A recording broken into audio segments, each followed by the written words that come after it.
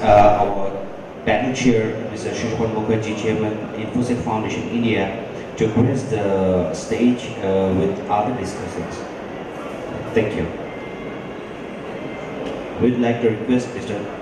Dato, Dr. Haji Amirudin bin Abdul Wahab, Chief Executive Officer of Cybersecurity Malaysia, to grace the stage.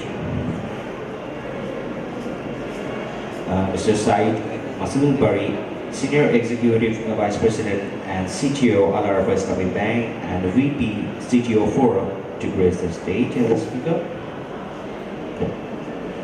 We'd also like to request Engineer Mohammad Zahinul, Managing Director, Int'l Solutions, to grace the stage as a discussant.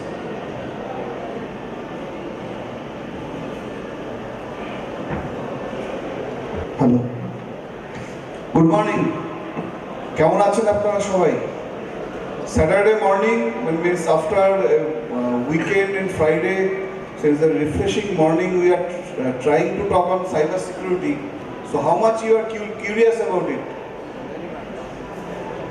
Curious? Are you scared, afraid, or you wanted to learn some new things? So I don't know how many of you was here for last 2 days. Today is the concluding day. Last 2-3 days we are talking about various smart city aspects. We have discussed many things. Cyber security, data security context was also set. So during this session we wanted to highlight what are the specific points in smart cities, what are the how data protection should be leveraged, how data can be breached, and what are the remediation measures we wanted to discuss. So you might have seen yesterday evening there was a attack in London. So London is supposed to be one of the first in smart cities in Europe. So even after that we have so many automation, so many surveillance, so many predictive measures. So cities like London, it cannot be protected with this kind of attacks. So what happens to the other upcoming smart cities? So before we land into those aspects and discuss with our co-panelists, so I would like to run a video which will summarize basically the smart city aspects. Then accordingly you can land into the governance and data protection part of it.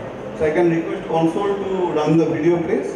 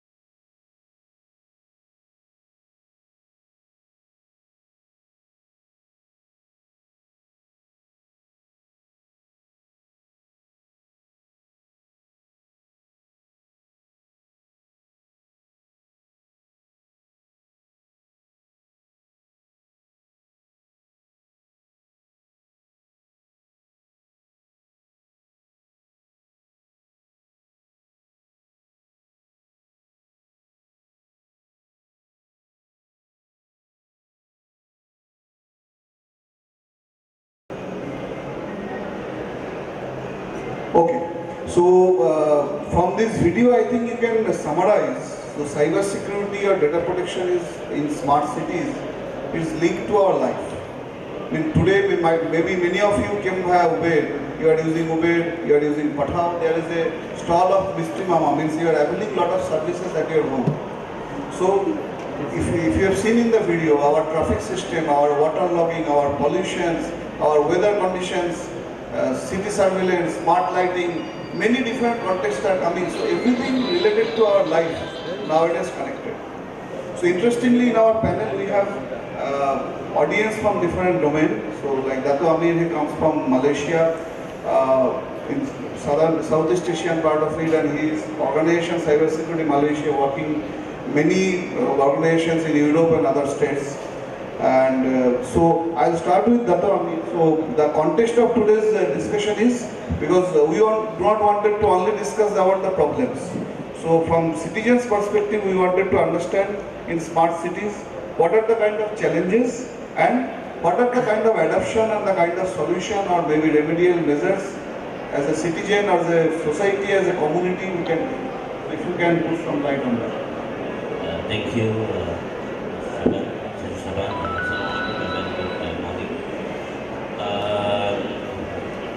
When we talk about smart city, when we talk about cyber security, they are very interlinked actually. Because as we can see, the definition of smart city is about the use of technology to serve people. And when you talk about using technology, there are many types of technology that will be used. And some more nowadays we talk about big data analytics, we talk about AI, we talk about so many emerging technologies and IoT. So the use of technology, at the same time there are so many systems, there are many for traffic light, for transportation, for city management, etc. There is a point of what we call connectivity. The importance of all this technology connected to each other so that they can work appropriately to serve the people. At the same time, another point that needs to be highlighted is there's a lot of data that will be shared among all these systems.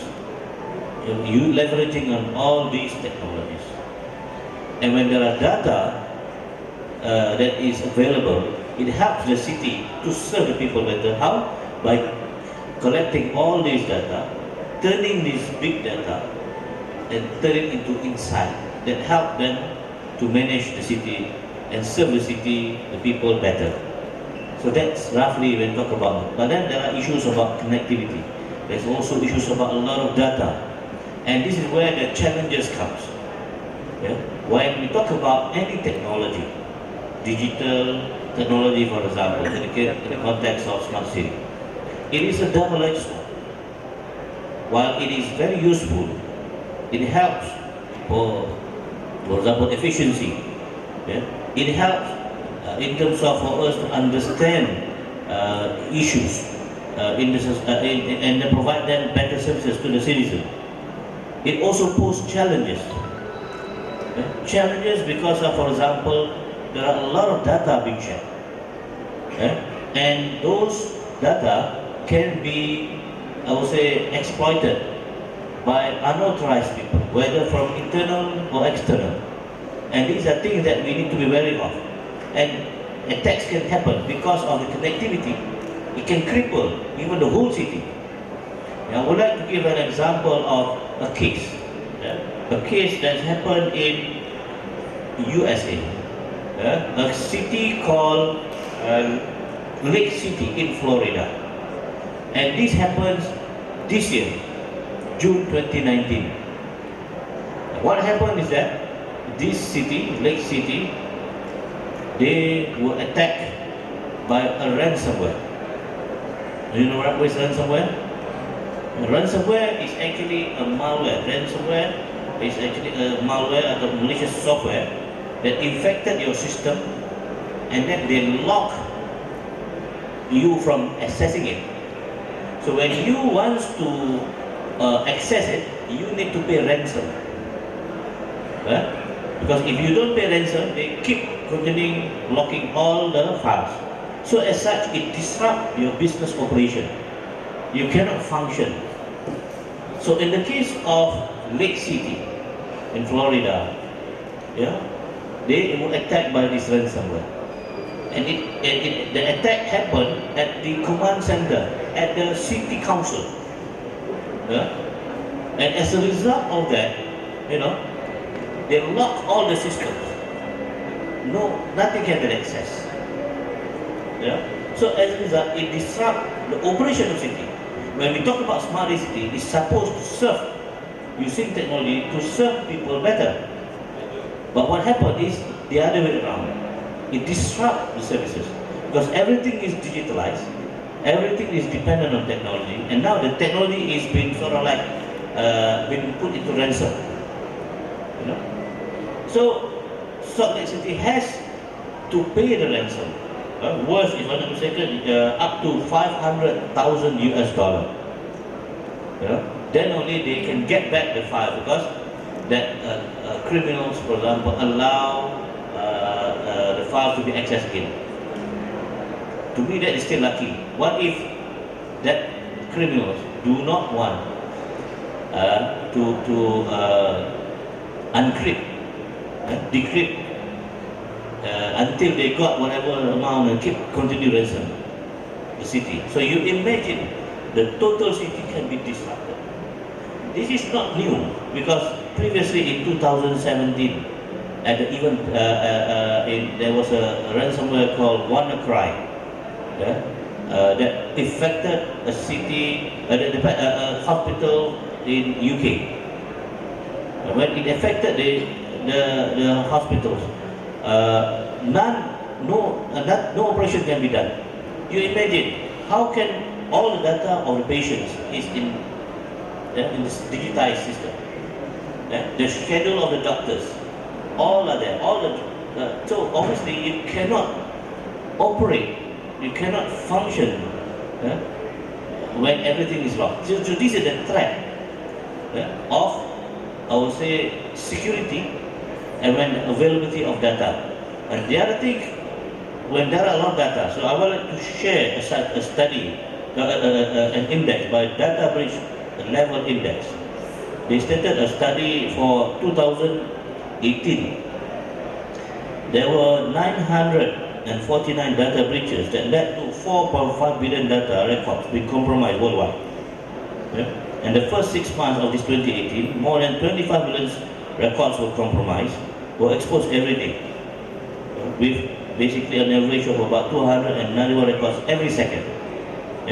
And that data includes your medical, credit card data, financial data, your personal data. So this is the global phenomenon. When we talk about connectivity, there will be exposure to risk. And the same thing in the context of a smart city. So this is why we need to manage it properly. And there are three elements that we need to understand: people, process, and technology. It cannot be purely technology.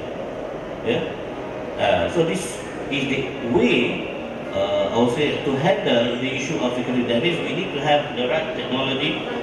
We need to protect the data, to ensure that it is not vulnerable.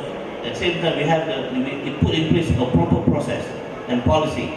For example, in the context of Malaysia, at the national level, we have national, we call it Personal Data Protection Act 2010. It's about how the importance of to establish a strong regulation on data protection. In the forum, in first day, I was told that there is no regulation to protect personal data in Bangladesh. It is a concern, actually. I think there is a need for that. And in the context of smart city, for smart city to succeed, you need to have a strong regulation. Because in the context of our experience in Malaysia, the Personal Data Protection Act 2010 is actually the act that regulates the processing of personal data concerning commercial transactions. And it applies to those who collect and also process personal data. Because we do not want our data, because in the smart city environment there are data that is everywhere. We don't want someone else who is unauthorized to use our data for their own commercial reason. And this is again supposed to be against the law, in the context of Malaysia. But here, if there is no regulation about it, that will be difficult because people will keep using and abuse it, in fact. Yeah? So these are some of the things that need to be done. And then when it comes to technology side, the importance of when everything all connected, the systems are there, we need to ensure they are always secure from being attacked. We need to have a regular audit, security audit, because when we have technology, technology keep changing.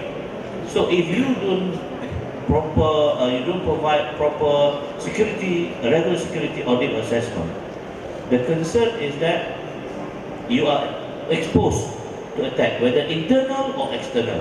So the attack can come from internal or external. So this is where another part of technology that you need to have, a data leakage protection program from internal. You know, because if we talk about hacking is a threat from outside that try to enter into your system. Because when you have all system, that's one way. But sometimes we tend to forget threats from internal. Yeah, that's why we need to have that data leakage protection initiative to avoid, for example, disgruntled employees or people who want to sabotage the institution from inside. So these are things that need to be there. And the other thing, the next one is on people's side.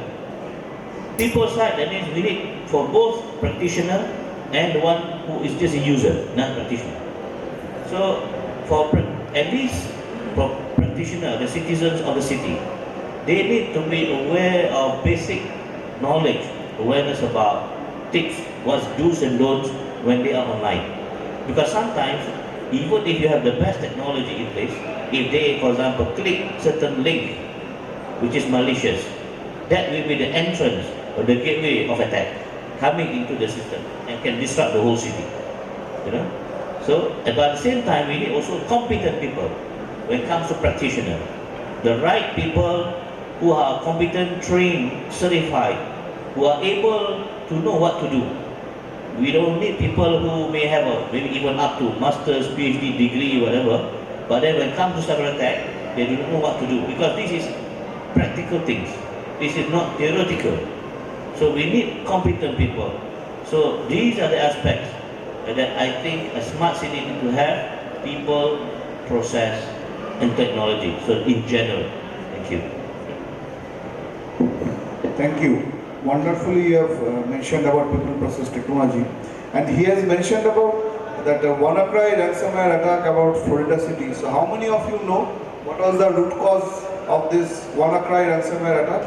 Can we have some audience point? What was the root cause? Why that WannaCry was spread? Anyone can raise your hands?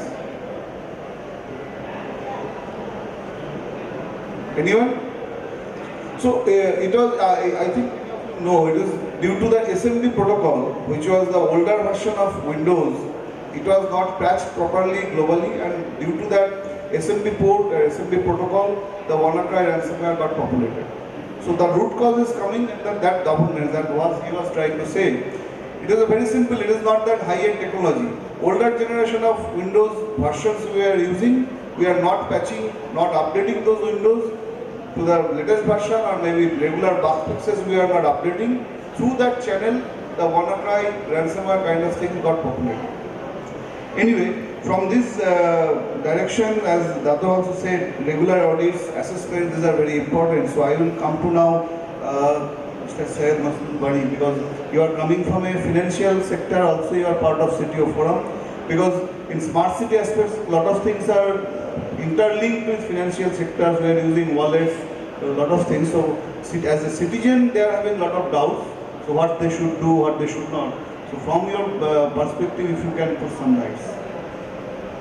Thank you. First of all, I would like to thank you all of you. Your presence here today, it indicates that how important it is. actually cyber crime, cyber security, and you should understand what is the cyber security.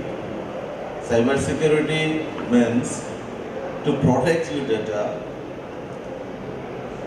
It's a just there is some lot of way, but you should protect your data. And a network site or your system or your web application, whatever it is. But he is talking about the ransomware. Those who are using older version is Microsoft. They are facing actually ransomware attack, WannaCry. The code actually, the attack actually 445, I think. So, what is this actually? This is cyber security means you protect your malware. Actually, malware, lot of malware is a software like in virus and SQL injection or kilopad or something or malware or malware. So how you protect actually? Protect awareness. It says people, process, and technology. So first of all, you should understand how you protect. You understand clearly. আপনাকে বুঝতে হবে যে আপনি যে কাজটা করছেন, আপনাকে যে অ্যাটাক করবে এই বিষয়ের উপর আপনার আসলে কতটা নলেজ আছে, কিভাবে প্রোটেক্ট করবেন। এটা এমন না যে আপনি ইচ্ছে করলেই আপনি জিনিসটাকে কমপ্লিটলি সিকিউর করতে পারবেন। আপনি আসলে এটাকে ম্যানেজ করতে হবে। তো ম্যানেজ করার জন্য আপনার যে কাজটা করা দরকার, আমরা এটাকে বিএপিটি বলি, vulnerable assessment and penetration testing. First of all, you should identify where is the vulnerable your system. So if you identify this properly, then PT come up. How can you assessment করে আপনি যখন জানতে পারলেন যে আপনার এই জায়গাগুলোতে vulnerable আছে, তখন আপনি অ্যাসেসমেন্ট করার পর আপনি আসলে এটা ম্যানুয়ালি এগুলোকে প্রপারলি অ্যাড্রেস করতে হবে। পেনিট্রেশন টেস্টিংটা আসলে লাইভ সার্ভারে করাই বেটার, কারণ লাইভ সার্ভারে এই জন্য বেটার, ইউ শুড আন্ডারস্ট্যান্ড যে আপনার সিস্টেম যেটা চলছে সেই সিস্টেমটা কোথায় কোথায় আসলে ভালনারেবল আছে।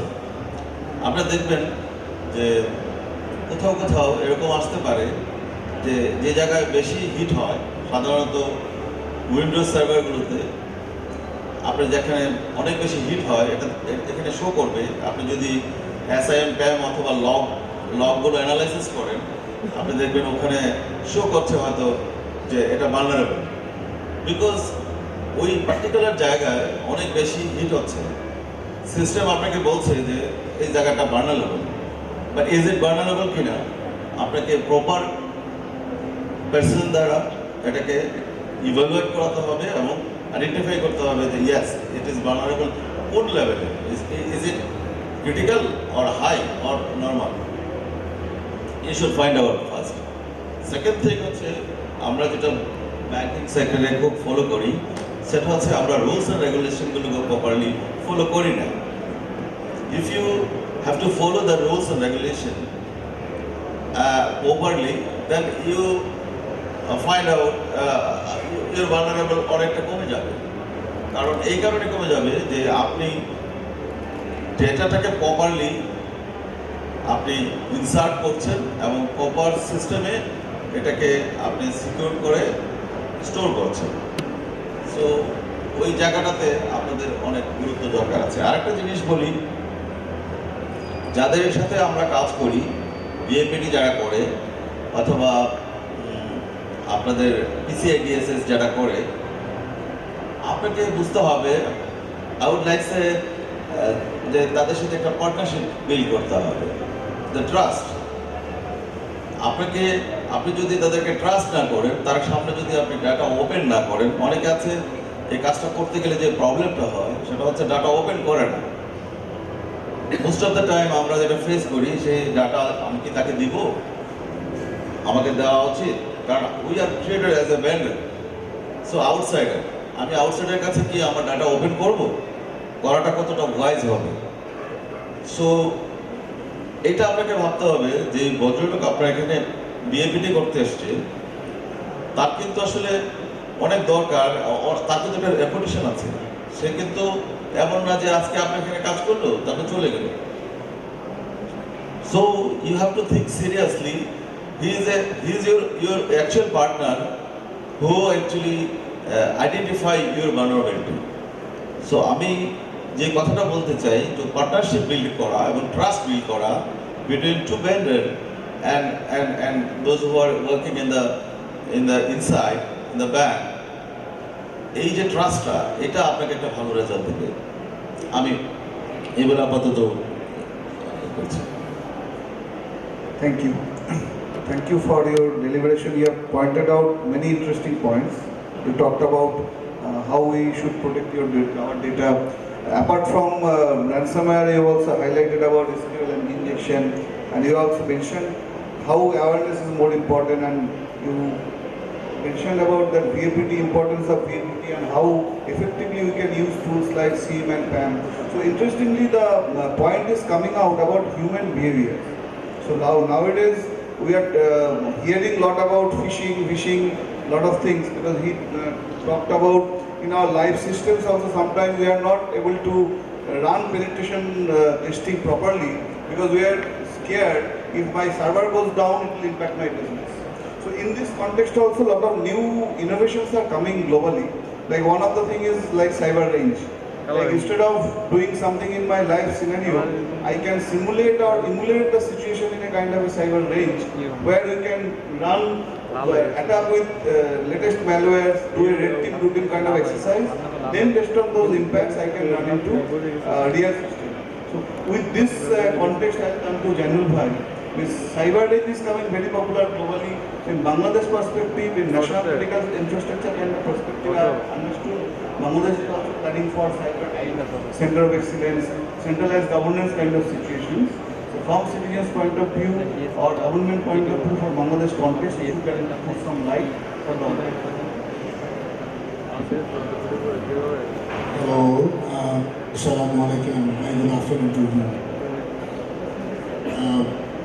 Taking the cue from Mr. Bari regarding the VAPT and all these matters which are related to cybersecurity systems altogether, the buzz point should be for Bangladesh is the coming up with a proper cyber range. Cyber range, if it's created, it's quite like a simulator. It's where you can create or you can have an immaculate conception or imitate the whole or mimicry of the whole your original system, and then you can put it under that cyber range for different kind of attacks, counter attacks, and get the results of vulnerability itself, how it's vulnerable. For instance, if I just like to make it simpler in a very layman's term, let's think about Grameen phone. I mean, what I understand, Grameen phone has 6 crore plus subscribers. Given the context of their volumes and service that they are providing in this country, it is virtually impossible for them to shut down their system or having live kind of any kind of a testing going on, disrupting the regular services which we are getting as a customers. So, but how could they find out then the vulnerabilities which are existing or which could be perceived? So only concept that they can adopt for themselves is that they can go to a cyber range, create their whole system scenario, and then get it attacked in a virtual world and find out the results. And based on the results, they can fix up their problems if there are, or they can do the betterment. So that is the cyber range point of view from the panelists that I took the cue and took the opportunity to highlight. I see cybersecurity, the concept of smart city from a very layman citizen's point of view. Let's say that the boy or a girl who is at the age of 5 at this point, after 10 years, he or she will be blown to a full full smart city kind of environment, an ecosystem. And these are our future children, these are our futures, and Bangladesh actually belongs to them. We have actually passed a threshold level, and we are living on bonus, I would rather say. But are we making this generation aware properly that what they are getting into? Because they are the one who are going to be subject to this smart city where they will live in, but they have to understand the standard procedure, the nomenclature, the rights, rules, and the lifestyle, the practices that they need to learn as a skill. It is not that, because it's not going to be some kind of a synergy that will eventually pop up and it will increase. No, it's not going to happen. Like for instance, when we were born in a city or a village and we adapted the systems. There were no connectivity as such. But now the connectivity is coming at a walloping speed. That walloping speed is opening up the unknown Pandora's box of different IoTs, different products, different services, different whatnots. And where do these kids go and learn about these things? We are talking about awareness. Very nice word we're using in seminar, symposium, buzzwords, awareness. But how do we define awareness? When this expo opened, Honorable Mayor, he mentioned something very funny, and with a fun note, there was a very sublime, right kind of message that he imparted, I think. In most of our lifetime, when we started our English language course, like I myself from Bangla medium school, and the first essay we used to learn the cow. And the cow is a four-footed animal and all these things. If you go back to our books, the kids, those who are learning in the school level, nothing spectacular has been changed over the years. And we are talking about 5Gs. Those who are talking about the 5Gs, those who are 50 plus, 40 plus, 60 plus, maybe we have another 30 years to go or something. But these kids, they have to go another 50 years down the road, but they're not aware of anything. It is nothing in their book. So that there should be a radical change in the education system from the class 1, the grade 1. They must understand, look, hello, happy birthday to you, my son. You are in the fifth revolution. There is a revolution going on, you can't see that it's happening, and you have to, whether you like it or not, you have to face it, but you have to adapt this sort of skills. Now you should learn this from your text.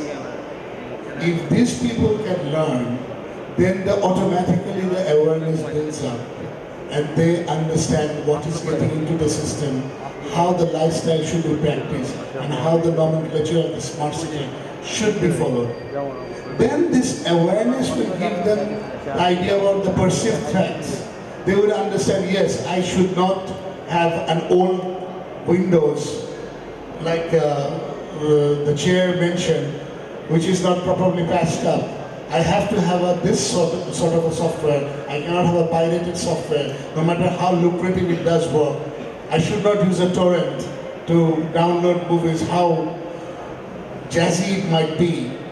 So this sort of an idea, it should be imprinted into their brains from the very school age, because that is the age where people are more receptive. They want to learn from the older generation. But when the hormone fires and when you grow into your puberty and you go into your elderly age, you try to develop your own thoughts and you don't want to listen about all these things. So if you can print this morality, I would rather say that this awareness should be ethically a part of morality, of the educational core value, so that they can really understand the perceived threat, what is in the cybersecurity domain that is bringing for them. So I would conclude this time with this thing. Thank you. Wonderful. From Cyber Day, now we came to kind of a back to basics, like the awareness of youth. So you might, all of you might be knowing about Blue Whale, Momo kind of games. So it has happened through youth only.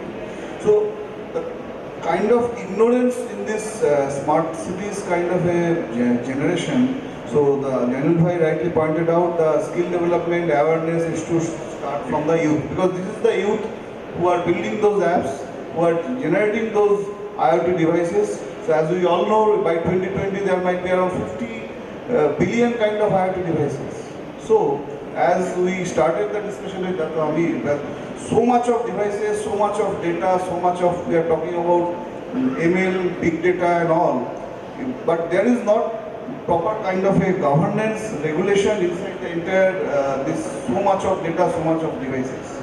So as we started the discussion with Zahinul bhai about cyber range, and we initially also in one of your sessions, you talked about incident response. We keep on understanding, like we need to detect, we need to predict the threats beforehand, before it attacks us, and we are getting, data is getting breached, we are getting compromised. So incident response is becoming very important buzzword nowadays.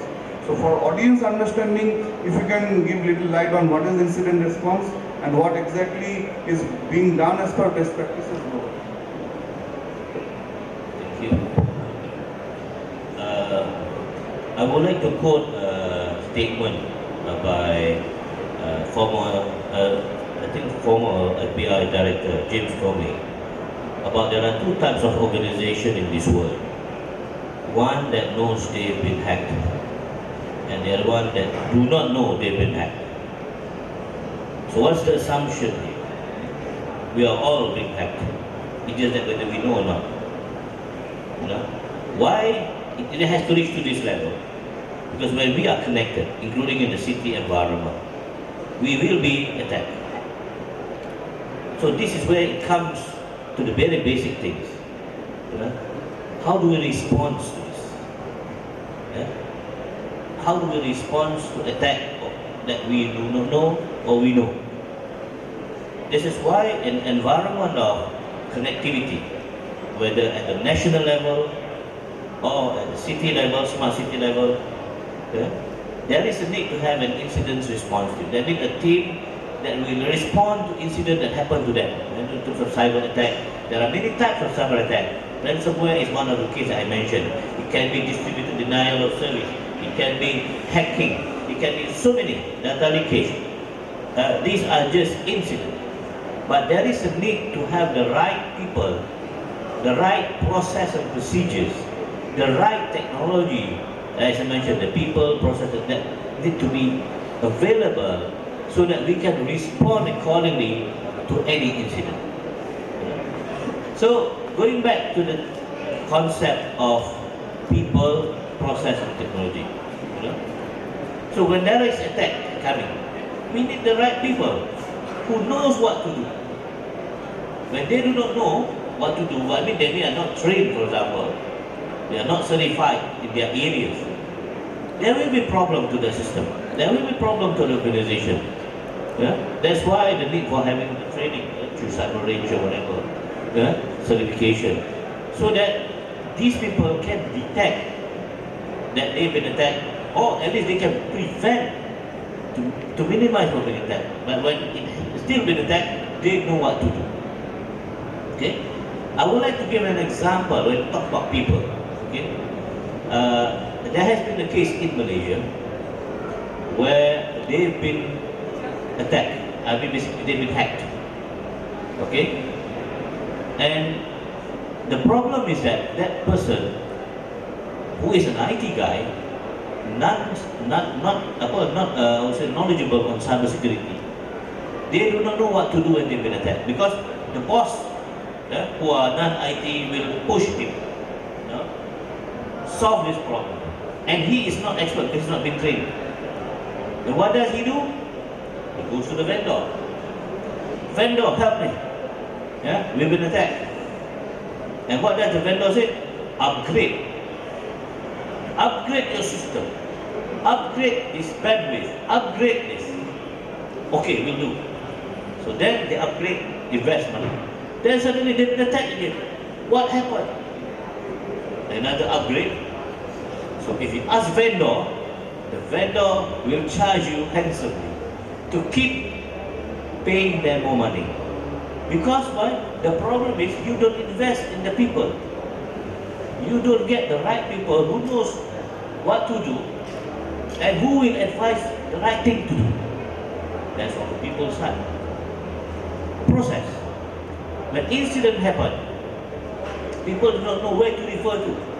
There should be a process, escalation process of incident, where there are things that you can handle, there are things that you cannot handle. It has to be brought up further for the right people to advise you accordingly. And then how do you manage the escalation to your management? Because for example, if I mentioned this now, a hospital been attacked or a bank been attacked, the one who's going to face the media is not the IT guy. It's the CEO of that bank. I think when it comes to bank, I think you also know, you have also experience in Bangladesh. Attack to the bank. And who has to step down? I was told, I think the number one and number two has to leave. So, the one who was not properly understood what needs to be managed, the technical guy, again. Because if you don't have a process and procedures, and policies, guideline that will help you to properly engage internal and external, then only you can manage that, or else it will be a disaster. Third, the technology side. See, nowadays threats are getting more and more complex. It's no longer sufficient for you to have antivirus. It's no longer for you sufficient to have firewall or IPS or IDS. The threat can be sophisticated enough, they can bypass the traditional security technology. That's why they do not know they've been hacked. The problem is, the technology is old, but we ourselves do not upgrade our technological capabilities, do not do security audit to ensure we are able to mitigate or minimize at least the threat, this new advanced threat. And what's the danger of having this? You know, they will basically compromise and be used against you, for example. With, for example, data that is being gathered. You know there's one FireEye they call APT30. If you're familiar with FireEye, they have a APT30. They said they have identified this APT30 residing in several ASEAN countries, if I'm not mistaken, including India. I'm not sure Bangladesh, I can't remember. For 10 years without being detected. And what happened?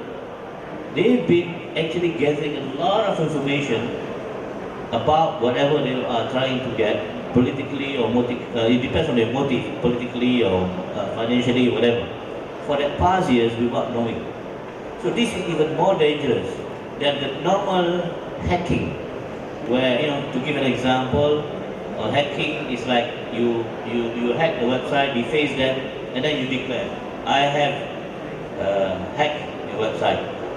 To me, it is more dangerous those who enter into your system and sit there for the past 10 years or 1 year sufficient to gather all information, and then they can misuse the data against you.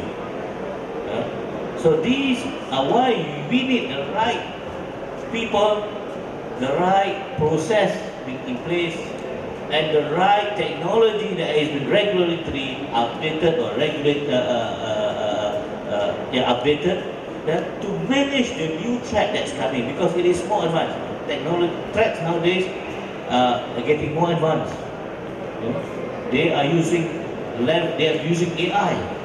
They are using data analytics. They are using whatever all this new technology to their advantage. So that is why the need for smart city to have an incident response team that have all these components of people, process, and technology. Similarly, in the context of the banking sector, similarly in the context of national level, you need to have this, and this is where these three components must be in place. Thank you. Thank you, Dato. So wonderfully we have briefed, because the new context now came about and you have mentioned. So as you said, we are running through a vendor-driven, maybe product-driven kind of approach, where we think putting some hardware and software will solve my problem. Because like a ransomware kind of a situation, I have seen vendors are saying, you put this endpoint, put this firewall here, it will be protected against ransomware. Because we are missing out to protecting against ransomware and maybe any kind of APT kind of attacks. We need to have a kind of a fabric, which can have endpoint, can have a gateway, can be having mail security solution, there will be sandboxing, there will be web application firewall, all put together is a kind of a fabric. So then only we can have a defensive mechanism against those kind of attacks. Anyway, before we go for conclusion and go to my co-chairs, maybe we can take a couple of questions from the audience, then we will go to the concluding remarks. Yeah.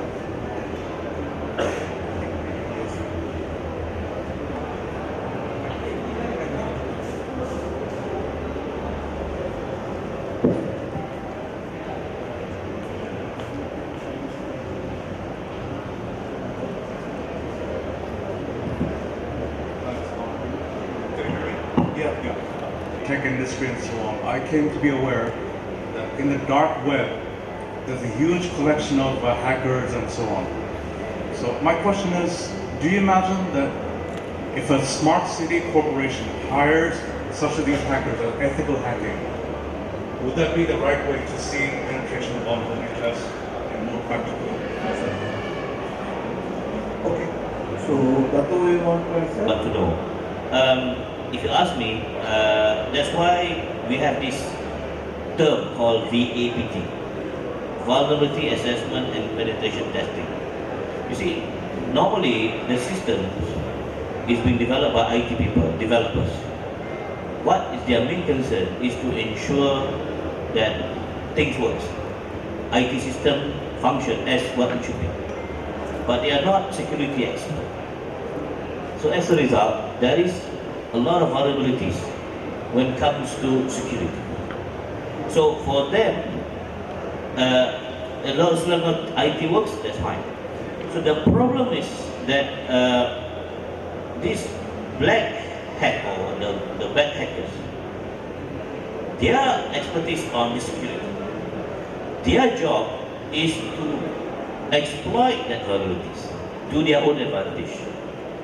As such, it is very important to have all IT systems, if you ask me, all IT systems, regardless of health system or whatever, as like I said, the smart city, everything will be connected. Once we are connected, we are exposed. So you need to have a service to always regularly audit that they are on par with the latest emerging threats. So yes, I agree, there should be, not necessarily you engage individual, you can also engage organizations or companies that will do regular penetration testing. That's why they call it VAPT, Vulnerability Assessment and Penetration Testing. The white hackers, they call it, their job is to assess the validity of the system. And when, for example, if you have your system ready now, they are secure, you still need to do it regularly, maybe in the next 6 months or 1 year system. Okay, so if I want to add a few more points along with your question, so you correctly said, in a smart city kind of situations, our interface are coming as some applications. It can be web application, it can be mobile app, it can be anything else. So through that application only we are collecting a lot of data. Like India, we have a system, you also have a SART, emergency response team. They have some laid down principle. So on based on that, it is mandated. Like once you put some kind of application in a state data center on a e-governance setup, that has to be audited, rectified, then only once this is complied with the laid down principle, then only you can host it to the government data center. So you also have a emergency response team here. I think those policies are also being planned.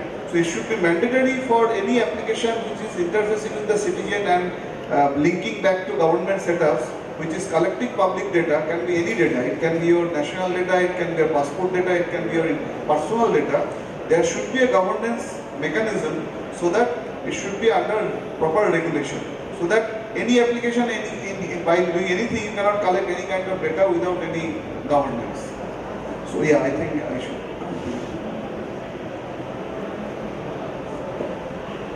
Thank you very much. My name is Joha. Right now about it because now the government has declared some important agenda of the national cybersecurity issues. In between that, blockchain was very much important. So I need a suggestion that how it can be implemented in Bangladesh existing criteria issues. And I have another question that I have seeing on the stress in the local bank authorities. That's what should be the criteria to selection of VAPT vendors? Because in the local market we are finding that two sort of stakeholders participating on the tender. One is local ethical hacker, another is some renowned vendor like FireEye or something like that. They are giving a partner in the local, and we are finding that there are a lot of price difference. The local people are like doing in between 7 or 8,000 USD, and if I going for the reputed vendor, and then it can be 20,000 USD. So the price is different. So what should be the criteria of the PT and VA collection procedure? And my last question is that still in ATM booth we are seeing the Windows 8, Windows XP, Windows 2012 Mark II server still are using, and mostly they are using. So we have Data Protection Act. So if the local bank, are just disobeying the rules of the central bank, it's a matter of the data, people data, and ATM booths are using the sort of vulnerable issues. A few days back, in the social media, there was a video viral which was happened in scamming on Taliban issues. In the ATM booth, just open and physically connect the wireless keyboard and operating and taking the money, and it was viral over the social media. And I know that still the booth's machine is not seized after the case happened. So how it can be dealt later on? 3 questions. Thank you. I think 2 of the questions are related. Yeah, there is a certified professional should be included in both sides. If he or she can be a PT in your organization, and the foreign part, they are actually charging more. Why? Because there are a lot of other costs and experience. In our local country, local vendor, they don't have much experience in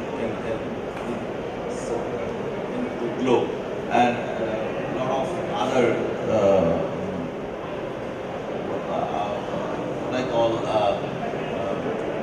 they don't have any experience actually. So that's why they're offering less price. You understand? So this is one of the for the reason local and foreign vendor. But when you select the vendor, you should realize or you think about it seriously who is capable to assess your organization a vulnerable assessment. So you select, this is a very important thing. If you hire experienced people or you have to pay more. This is one thing. And another question is what? Okay. Yeah. Windows is XP is a very vulnerable. Already Windows Microsoft declared you should remove immediately, and you move to Windows 10 or something open platform. So there is a vulnerable in Microsoft port in M445, I think, is a very vulnerable. So you have to update your Windows platform to certain level. Those who are Microsoft actually inform you.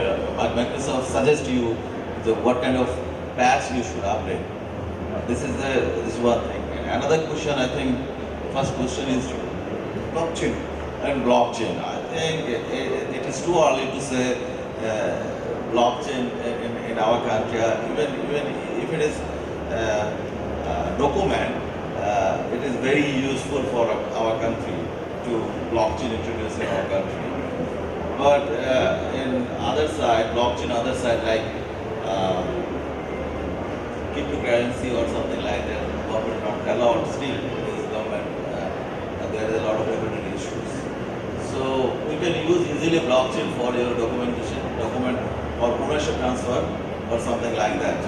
So it's a very useful tools, I think, for ownership transfer point of view. The blockchain is the right choice, I think. So I'll try to add a few more points on blockchain. So we are riding in a kind of a hype circle. You might have seen in Gartner. So everyone is talking about blockchain, everyone is talking about AI, machine learning and all. First of all, we need to identify the right use case of blockchain. It's not that there is some technology available and I need to adopt. Because I was discussing with someone of the company someday, he said, I want to build my in-house some kind of ERP, I want to use blockchain for it. First we need to understand where blockchain use case will be important. Suppose I am a citizen, my data is being handled by someone else, which is a custodian of my data. So those kind of situations, definitely blockchain kind of situations will be useful. But as we are discussing a few minutes back, like Windows patching is not there. So we need to first, not only in Bangladesh, in many across the globe, first we need to solve our basic problems. Then only we should talk about blockchain and other high level things. Because what we are trying to do is, we are creating more technology, applying technology and creating it more complex. As last day we are discussing about VUCA, like volatile, uncertain, ambiguous and complex. So it will unnecessarily complex our situations. Definitely blockchain is interesting technology. It is having a lot of security and other things. But human civilization, like you talked about cryptocurrency, without any regulator, human civilization never used it for right purpose. You are talking about now cryptocurrency. Napster was there in 99, 2000. We used to transfer our MP3 files machine to machine. There is no regulator. So we feel it useful because more power to me. There is no government, no regulator. I am able to transact between both the users, able to transact. But then suppose you are using bitcoins and cryptocurrencies using blockchain technology, your money or maybe has been stolen, whom do you report? There is nothing. So life will become more difficult. So we need to first identify our basic things right. Then only we identify our right use cases. Then only we try to adopt new technologies and new systems. You want to add anything? Nothing. Any other questions from the audience? Yeah, I think we can take a couple of questions. I think we are running out of time also. Yeah, but in terms of smart city. So my question is, what are the key criteria for a secure system? That when we are listing, is it possible to list out a couple of things that we can select as secure system or trustworthy system? Thank you. system, what you want to mean what? Any system. From we are nowadays we are finding that this app is coming, this hardware is coming, this new type of software is coming. Then from a layman point of view, how can we select against those criteria? If we know a couple of criteria, then it is easy for us to select the system. I think that we have discussed already, like Dato has said multiple times, we are talking about people, process, tools, kind of a harmonization, kind of orchestration. Like the point, all of us are trying to establish, like awareness of the people is more important. Like you have got some kind of income tax refund, you are provoked to click on a link and put some kind of your data. So through this forum or this kind of seminars, the first eligible criteria should be people awareness. That should start from all of us. Not only we are in the podium, but also your side. So many forms, whatever we are doing, we need to first be more aware, more cautious, and stop over-utilizing whatever, because as he said, everything is now connected. Whatever you are doing from my small smartphone, we are not using even a mobile antivirus there. When it is not needed, all my data connections are open. Suppose in night I am going to sleep, I am not stopping my data connectivity, my Bluetooth is on, I am connected to Wi-Fi, and I am using a smart TV in my home, and some specific personal video footage are getting me. So, first and foremost one is people awareness, then can be whenever it is not needed, we can at least disconnect our connectivity. We can have regular patching, we can have regular updated license software solution, antivirus and other updated solution. I think you wanted to add something? I would like to add something. Security work, information security devices like firewall, intrusion detection and penetration system, and web application. And today I will describe the 10 most common attack type like DOS and man in middle attack, and phishing, you know, the phishing, drive, password attack, SQL inject attack, cross-site scripting, and birthday attack, and of course finally malware. So nothing you can say you are safe. You don't say I'm safe. I have a firewall. I have a third generation firewall. So I'm secure. So nothing you can say. But how you configure this firewall, that is a big issue. My colleague said the system who run this, that is a big important part, because if he or she does not know how to configure it or the right people, so definitely you are not secure.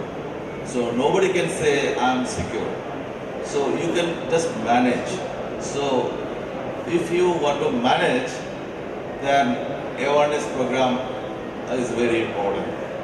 So I think awareness is a very important thing, and training, and one of the most second important issues, and third is people, those who are actually working in your environment, security environment. Thank you. So I think, Zahinul bhai, if you want to add some lines in the concluding remarks. Okay, thank you. This last year I was a panelist in Infosec Foundation's program in Kolkata, and where we heard a very interesting story from Mr. Vivi, who was the CISO of Baba Nuclear Institute. And there was a breach, and that breach happened to an old version of Acrobat Reader, and it had a small glitches. From that glitches, that breach happened. So I'm mentioning this thing because that the vigilance, the dynamic vigilance, has to be incorporated in the blood. of any organization or any system. Otherwise, it is not protected anymore. And I will come back again, like we are talking about smart city, and we see some of the prerequisites of the smart cities that is coming into Bangladesh. We have opened the vistas. We are getting LNG, which is coming as another secondary fuel for Bangladesh electricity generation. We are doing cross-border electricity power generation trading. We are connected our gas system to SCADA. These are all key point installations, and these are already connected, and this is going to be connected in 1,000-folds when 5G comes in and the IoT things get involved. So think about it.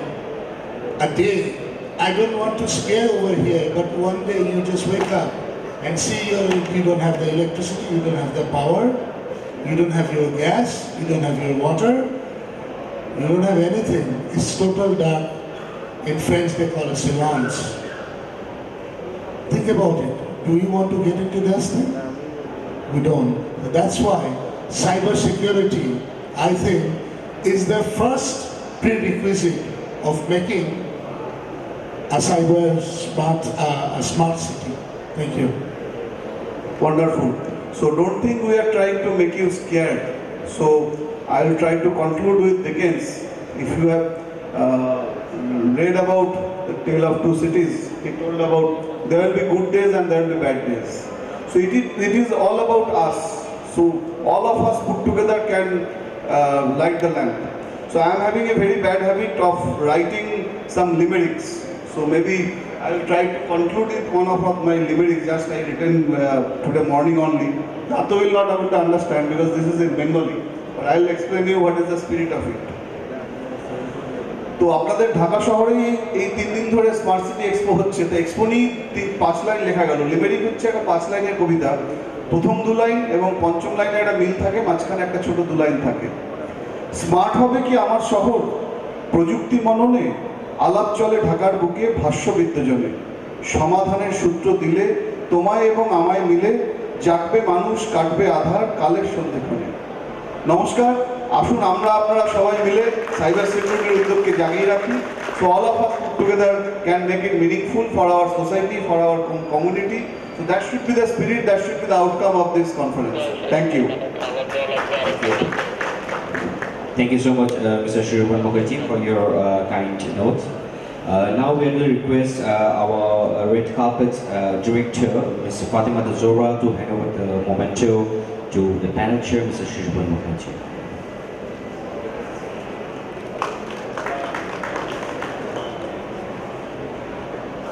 Now we would like to request Ms. Fatima and Mr. Sushobhan Mukherjee to hand over the memento to Dato Dr. Haji Amirudin bin Abdul Wahab, the CEO, Cybersecurity Malaysia.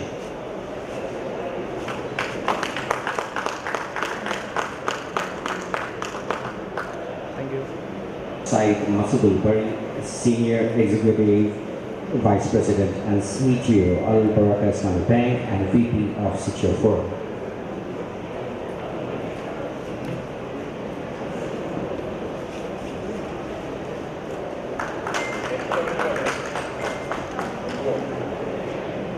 Now we would like to request Ms. Fatima and Mr.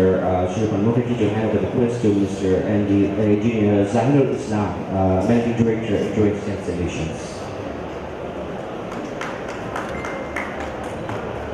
Thank you. Thank you so much, ladies and gentlemen. We would like to request all the visitors to be with us. Because next in a half an hour we will start our next session on which will be started from 2:30 p.m. Thank you.